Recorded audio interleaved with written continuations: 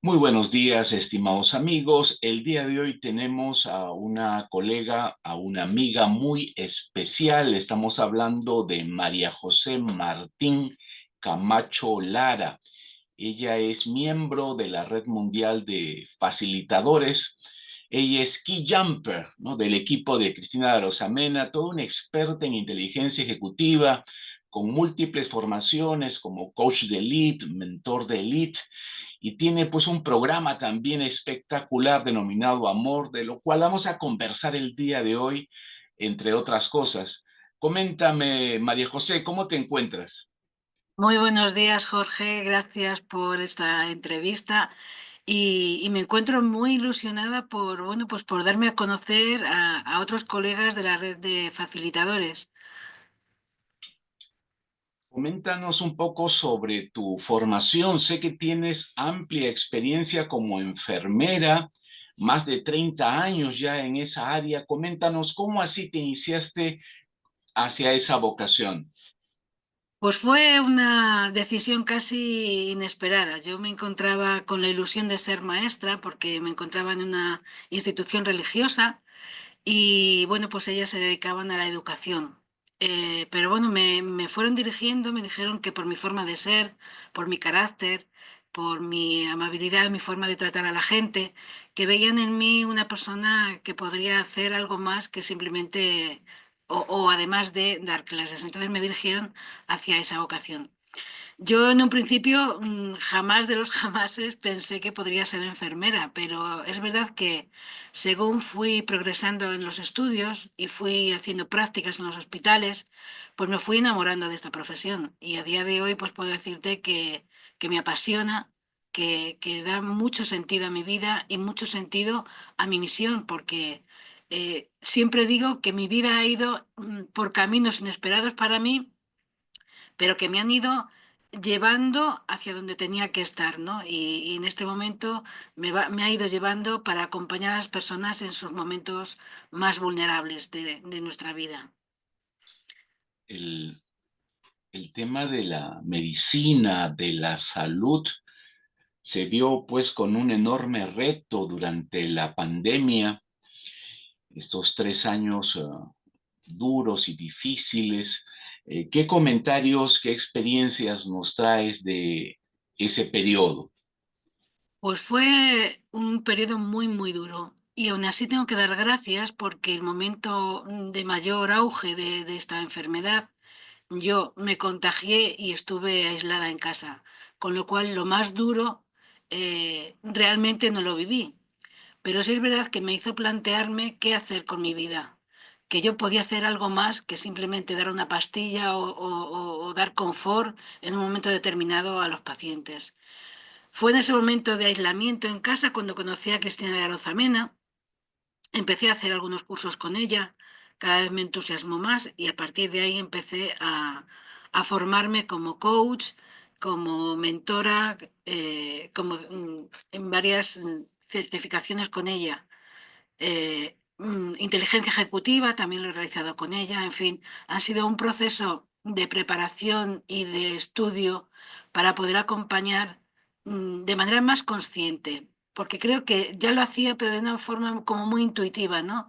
Como que mi profesión lleva consigo el acompañar, pero necesitaba hacerlo de una manera más consciente. Y ya no solamente a los pacientes, sino también a las familias, porque estoy en un área donde, bueno, pues muchos se van y las familias también necesitan un acompañamiento, sobre todo en los momentos que pasan en el hospital, que a veces son de incertidumbre, a veces no saben ni por dónde ha llegado la cosa, porque aunque uno sabe que ese momento tiene que llegar, nunca estamos preparados para ello.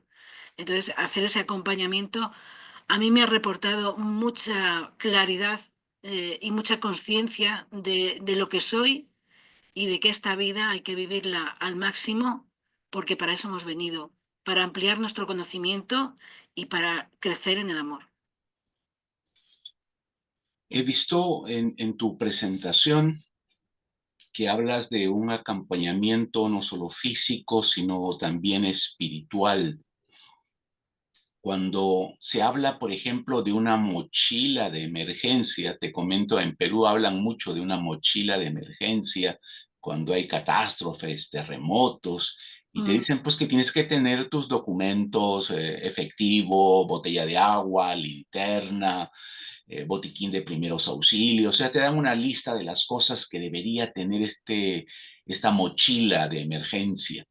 ujú. Si hablamos de una mochila espiritual, ¿qué tendrías en esta mochila, en este elemento espiritual propiamente? ¿Cuáles serían los elementos que tendrías ahí? Pues mira, lo primero, saber reconocer lo que somos personas humanas y que tenemos un alma que es lo que nos trasciende. Eso sería lo primero. Lo segundo sería saber despedirnos de todo lo que tenemos aquí y de las personas con las que vivimos. El desapego para mí es algo importantísimo porque es lo que nos lleva al sufrimiento. El estar apegados a las cosas y a las personas es lo que nos lleva al sufrimiento. Y luego, por supuesto, el sentido de trascendencia, saber que hay algo más grande que nosotros. Yo por mi formación, por mi tradición familiar, soy cristiana católica, pero bueno, eso no impide que no seas... me gusta diferenciar entre espiritualidad y religión. No son lo mismo. Todos somos seres espirituales y yo creo que eso es algo que en la mochila tendríamos que llevar siempre, tenerlo presente, sea nuestro Dios el que sea. Al final, como decía antes, de lo que se trata es de ampliar nuestro amor y de vivir desde el amor, con lo cual cualquier religión, ese es uno de los preceptos que tiene, si no es el primero. Entonces, esas tres cosas yo llevaría en esa mochila, el saber lo que somos, el saber despedirnos y desapegarnos y el sentido de trascendencia. Es indudable que cuando uno trabaja en el sector salud, tiene contacto con estas personas que adolecen de determinadas necesidades físicas o tienen determinadas dolencias. Indudablemente que el fin de la vida genera estos sufrimientos, porque alguna gente padece dolores físicos y también esto que tú mencionabas, y es importante, el apego hacia las cosas materiales o hacia la familia. ¿Cómo has manejado, qué dices a la familia cuando han tenido una pérdida de un familiar? ¿Cómo manejas esa circunstancia para con los familiares que quedan en este plano?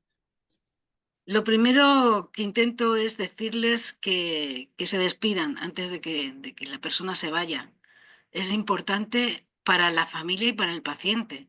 Para el paciente saber que los que se quedan aquí quedan tranquilos, aunque con el dolor lógico de la pérdida, y para los que se van, para que luego no queden esas dudas, esa culpabilidad de si yo hubiera dicho, yo le hubiera perdonado, yo lo hubiera. Entonces, el poder despedirse. Y en esa despedida hay que decir tres cosas. Te amo, gracias por haber estado en mi vida y me perdono y te perdono por las cosas que han quedado sin hacer o que hemos hecho mal. Y una vez que se han ido, pues a veces es difícil porque muchas veces no se espera, otras veces no se acepta y en ese momento de shock, que es el primer momento del duelo, a veces es difícil entrar. Pero sí una mano, una sonrisa, un lo siento, no mucho más. Simplemente el saber estar y el estar presente a veces les alivia mucho y les da un confort que en esos momentos necesitan. La presencia, sobre todo la presencia. Sí, es indudable que es un camino que todos vamos a recorrer en algún momento, el despedirnos de esta vida y pasar a otro nivel de conciencia, a otro plano. Es importante conocer a nuestro entrevistado en el tema personal. Una pregunta que siempre me plantean es, ¿cuál es tu plato favorito de la gastronomía, tu bebida favorita? ¿Qué es lo que pide María José en un restaurante? Pues mira, soy una apasionada del arroz en todas sus versiones. Y además mi marido es valenciano, entonces la paella es casi plato principal. Ujú. Y sí, sí, el arroz en todas sus versiones, ya te digo. Aquí en casa comemos, a ver, comemos equilibradamente, pero sí es verdad que el arroz es nuestro plato preferido. Sí, es indudable que la gastronomía española es una cosa especial. Y en cuanto a música, ¿cuáles son tus preferencias, cantantes o canciones? Pues me gusta la música pop en español. Y bueno, pues hay cantantes que no son cantantes todo su abanico de canciones, pero sí hay canciones específicas que sí que me gustan. Hay una, por ejemplo, de Pablo López, perdón, de Antonio Orozco, que ha sacado ahora, que habla sobre el amor, que el amor es de una manera en la que a veces no podemos controlar. Y luego música clásica me gusta mucho. Hay una que es mi preferida, que mis hijos se ríen porque les digo que quiero que la pongan en mi funeral. Y es el área, el área de Bach. Me transporta a otro mundo. Para mí es una pieza extraordinaria. Sí, a propósito del amor, sé de tu proyecto, sé de tu programa. Háblanos y coméntanos sobre este programa que has creado denominado Amor. Pues es un programa de crecimiento personal, porque creo que, como hablábamos antes, la muerte nos llega cuando menos lo esperamos. Y pienso y creo firmemente que tenemos que estar preparados para ello. De manera que hay que hacer un recorrido desde lo más profundo de nuestro ser y trascenderlo, porque ese momento va a llegar. Y cuanto más preparados estemos, con más paz y con más calma nos iremos. Y con más paz y con más calma se quedarán los que se quedan. Entonces le puse el nombre amor porque si separamos la A como prefijo de mor, en latín significa lo que no muere. Y lo que no muere realmente es el amor. Entonces lo veo desde cuatro perspectivas. Primero, desde saber mirar, y en ese saber mirar lo que trabajamos es el autoconocimiento. Primero, aprender a desaprender, porque tenemos muchas creencias que nos limitan y muchas creencias que son erróneas, pero que las tenemos tan metidas en nuestro ser que creemos que son palabra de Dios casi. Ahí, en ese saber mirar, trabajamos nuestras motivaciones, reconocemos nuestras fortalezas, vemos nuestras luces y nuestras sombras y somos capaces de abrazarlas. Y, en definitiva, trabajamos y abrazamos lo que somos, pero de una manera constante. Porque el desarrollo personal no es trabajo de un día o de una temporada, es trabajo que tú comienzas y que ya es para el resto de tu vida. Así que en ese saber mirar, trabajamos todo eso. La segunda parte sería saber escuchar. Y en ese saber escuchar es escucharnos a nosotros y escuchar también a los demás. Entonces ahí trabajamos el perdonar y el perdonarse. Saberse perdonar y saber perdonar al otro a veces no es fácil, pero es necesario porque es lo que nos va a traer también mucha paz. Tenemos que saber cuáles son las etapas de la vida, cómo vamos evolucionando, cómo cada cambio natural del crecimiento de nuestra vida provoca una pequeña muerte y provoca un duelo. Y también trabajamos los cambios y, por supuesto, los duelos, cómo gestionarlos, cómo conocer cuáles son las fases, reconocer en qué fase podemos encontrarnos y saber que un duelo es una adaptación emocional, una adaptación a una nueva situación. Entonces, no solamente son duelos por pérdidas personales, puede ser un duelo porque pierdo a una amiga que deja de hablarme por cualquier motivo, o pierdo una pareja, o pierdo un trabajo, o mis hijos se van fuera a estudiar y producen el llamado nido vacío, y ahí también se produce un duelo que también hay que gestionar y que también hay que saber transitar. En la tercera parte es el saber sentir, el aprender a sentir, Y ahí vamos, miramos el alfabeto del corazón. Ahí ya entramos más en los temas de meditación, en guías que podemos encontrar como son eh, el mapa del héroe o el mapa del mago, también la rueda medicinal. En definitiva, es encontrar la esencia de la vida y el sentido de la vida y de nuestra vida propia, y a la vez podemos encontrar nuestra propia misión. A veces nos cuesta encontrarla o vamos por sitios que nos gustan, pero que realmente no son nuestra misión, porque a veces esa misión nos cuesta aceptarla. Entonces, saber aceptar esa misión es también muy importante. Y por último, el saber ser y el aprender ser. Ahí hablamos ya de conciencia testigo, de meditación, de vivir de manera consciente, de conexión con lo sagrado y de elevarse sobre todo por encima de las circunstancias, saber ver y saber ser por encima de lo que somos, ¿no? Ver esa trascendencia, ese algo mayor que hay por encima de nosotros, que es lo que da sentido también a nuestra vida. En definitiva, este es un poco el resumen de este programa que ya está en marcha de manera piloto todavía, pero ya está en marcha con varias personas y que es un camino que me entusiasma, que yo misma he recorrido, porque no puedes enseñar lo que no sabes, lo que no has experimentado. Entonces, no hablo solamente de teoría, sino de experiencia. E intento que este recorrido, este programa, sea también una experiencia para la persona, para un primer paso para lo que es el resto de su vida y el resto de su crecimiento personal y de trascendencia. Una persona que desee llevar este programa contigo, eh, ¿qué tiempo consideras tú que le toma este recorrido? ¿Un año, 4 meses? ¿Cuál es tu experiencia al respecto? Depende un poco de la persona, depende de la motivación, porque a veces si es por curiosidad, rápido, en un mes lo termina. Pero cuando hay un trabajo real, un trabajo de conciencia, un trabajo consciente, mínimo 4 o 6 meses sí que se lleva. No, interesantísimo desde ya a todos los radioescuchas de este programa. Invitamos a ponerse en contacto con María José Martín Camacho. Ella está en la Red Mundial de Facilitadores, donde encuentran toda la información. La página web acompañandovida.com, si no me equivoco. Sí, pero ahora la hemos cambiado porque hemos tenido algún problemilla con los proveedores Ujú. y luego te pasaré.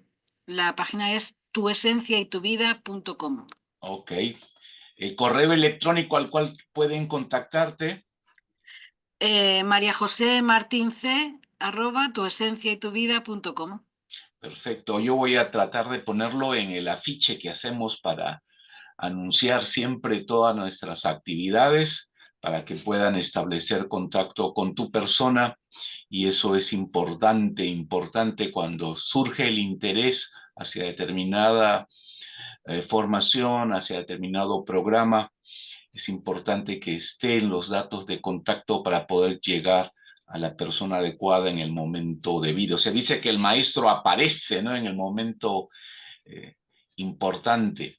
Exactamente. Y el maestro a veces son las circunstancias que vivimos. Yo puedo decir que mi primer maestro en todo esto del desarrollo personal fue el COVID, como hablábamos antes. El ver cómo la gente moría sola y el decir yo puedo hacer algo más que dar una pastilla o que estar aquí con ellos, ¿no? Entonces, el sentir que nuestra vida tiene un final y que tenemos que prepararnos para ello y que hay que darle un sentido a nuestra vida y ver cómo está la sociedad hoy y cómo están las personas que viven un poco al ritmo al aire que sopla, ¿no? Sin mayor expectativa, sin mayor ilusión. Yo después del COVID la gente decía, todos vamos a ser mejores". No es cierto. Cada uno sigue siendo como era antes, porque cuando uno no tiene conciencia ni tiene intención de cambiar, realmente no cambia. Entonces, bueno, los maestros pueden ser personas. Yo para mí también, Cristina de Arozamena ha sido y es mi mentora y una de mis mejores maestras en esta vida. sobre todo en esto del coaching y de mentorías. Mis compañeros de K-Jumper para mí también son maestros indudables, cada uno en su especialidad, cada uno con su particularidad, pero siendo una familia elegida. Y bueno, pues ahora he encontrado a Jorge Rivero, que también para mí es un maestro imponente, la red de facilitadores. Bueno, pues vamos encontrando maestros si realmente queremos encontrarlos. Para cerrar esta entrevista, ¿cuál sería tu mensaje, tus palabras finales dirigida al público de Vive Ahora, el programa que nos ocupa? Te dejo el micrófono para tus palabras finales. Adelante. Pues yo diría que tenemos solamente una vida y tenemos que aprovecharla. Y no solamente aprovecharla egoístamente, porque al final, si la aprovechamos egoístamente, va a carecer de sentido. Nuestra vida toma sentido cuando nos dedicamos a servir a otros y acompañar a otros. Ya alguien dijo que quien no sirve para vivir, o sea, quien no vive para servir, no sirve para vivir. Desde ese servicio y desde esa generosidad hacia los demás es desde donde debemos vivir, o al menos desde donde yo vivo. Y que todo está detrás del miedo. El miedo se nos pone delante para pararnos, para frenarnos, pero si somos capaces de atravesar ese miedo, la vida se nos abre de múltiples maneras y de una manera maravillosa. De manera que nuestra vida se llena de sentido y damos sentido a la vida de los otros. Muchísimas gracias de corazón. Y esta no será la última vez que tenemos a tu persona en el programa. A mis amables radioescuchas, quien les habla, Jorge Rivero, ya regreso. Gracias a ti, Jorge.